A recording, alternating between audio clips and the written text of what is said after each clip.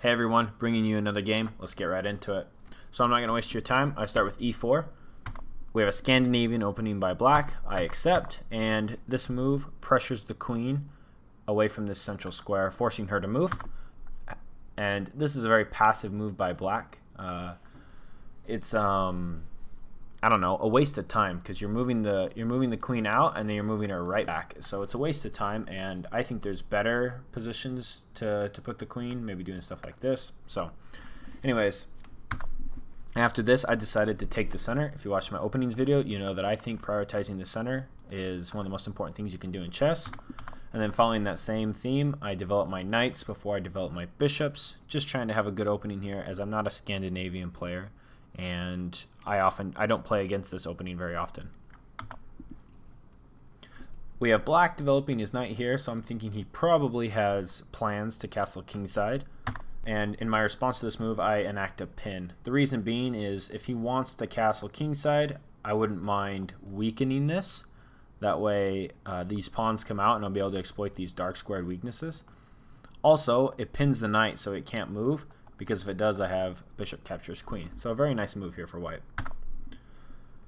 Bishop d7, bishop to d3, another good move, just preparing to castle and also eyeing this long diagonal.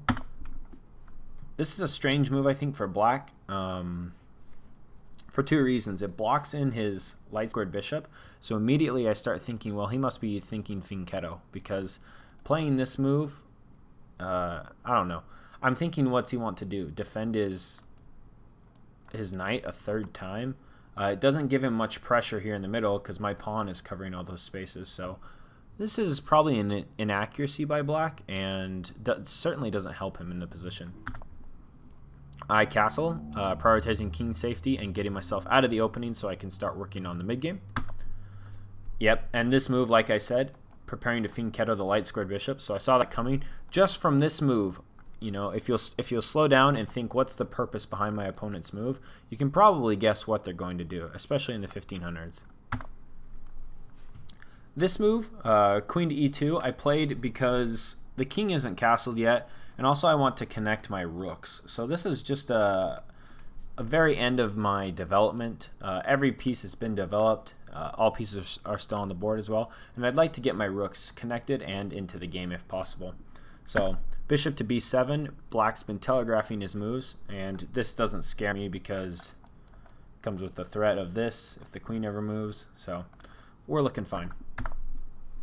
This is a nice move, just putting more pressure on this file. I have three pieces looking at this bishop. If we can maybe step up and get a trade, right? And now black castles, and so now the direction for white becomes quite clear. We're going to attack, attack, attack, because that's what alphas do. So this is a bold move. It challenges his knight, and it also becomes a monster knight. Monster knights are knights in the middle of the board that have 8 squares that they can jump to. You can see how many squares he has available to him, whereas if he was over here on this square that I've highlighted, he would only have 4 spaces he could jump to. So knights in the middle are monster knights because they have 8 different squares they can jump to, versus knights on the rim or the outside of the board are dim. That's kind of where those sayings come from. So I decided to create a monster knight just to help me in this attack and maybe break up black's defense. And by capturing here, it allows me to recapture with the pawn, putting a tempo on this knight.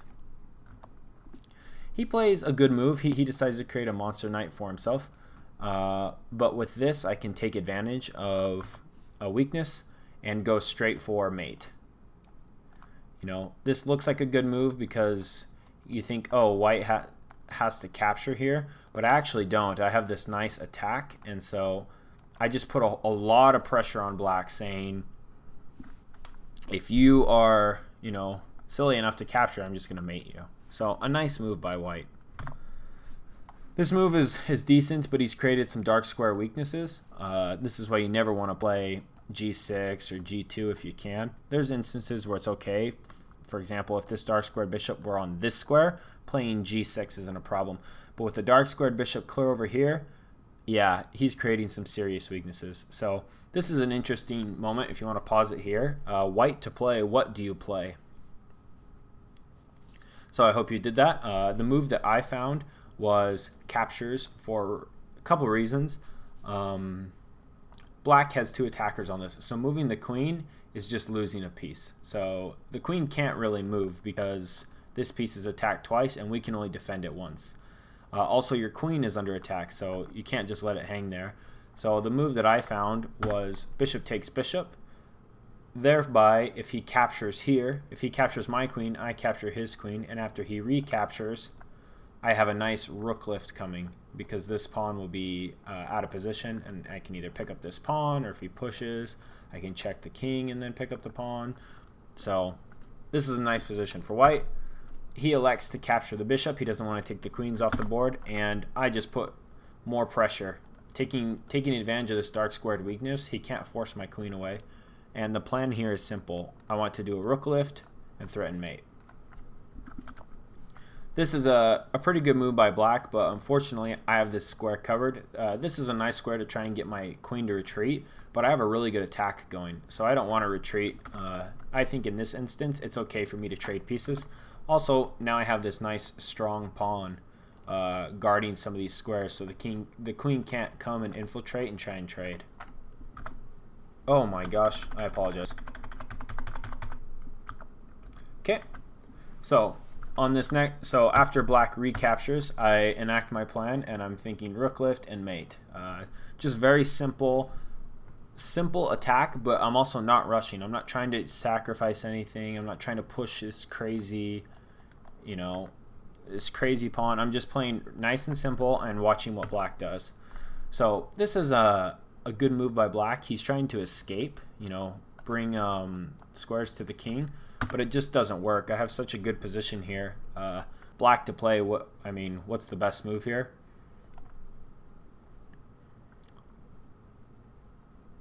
Okay, I hope you looked at it. The best move here is rook to e6. That's what the computer says, at least, but it's just lost. The rating says that white has such a huge advantage here, but he elects to capture the pawn, and this causes some pretty serious problems for black, because after capture is check, only square is f8, and then you have h8 check, picks up the rook, right, with check, so we have a tempo.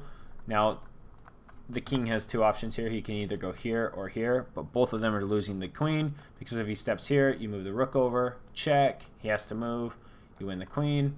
If he moves back here, check, he moves, and you pick up the queen that way. So either way, this is lost. It's actually mate in 6, and this is a nice little maneuver here, because after king captures, it's actually mate in 3.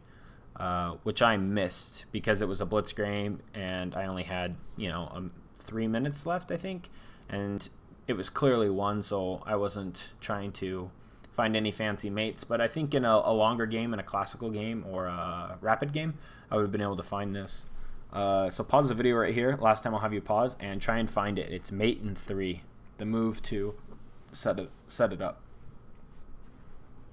Okay, for all of you that found it, congratulations. You are an excellent chess player, especially in a blitz mode. It is knight to b5. The reason being is because after knight to b5, whatever black plays, you have check and mate. So a very nice mate for white.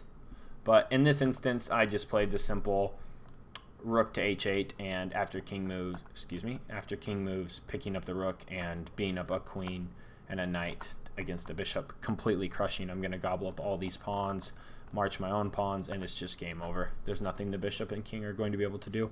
And at this point, he just resigned. So I sure hope you appreciate this video. I sure have a blast making these videos. If you're new here, be sure to subscribe and turn on notifications, because I create informative chess content where I talk about the games that I play and what went well, what went right.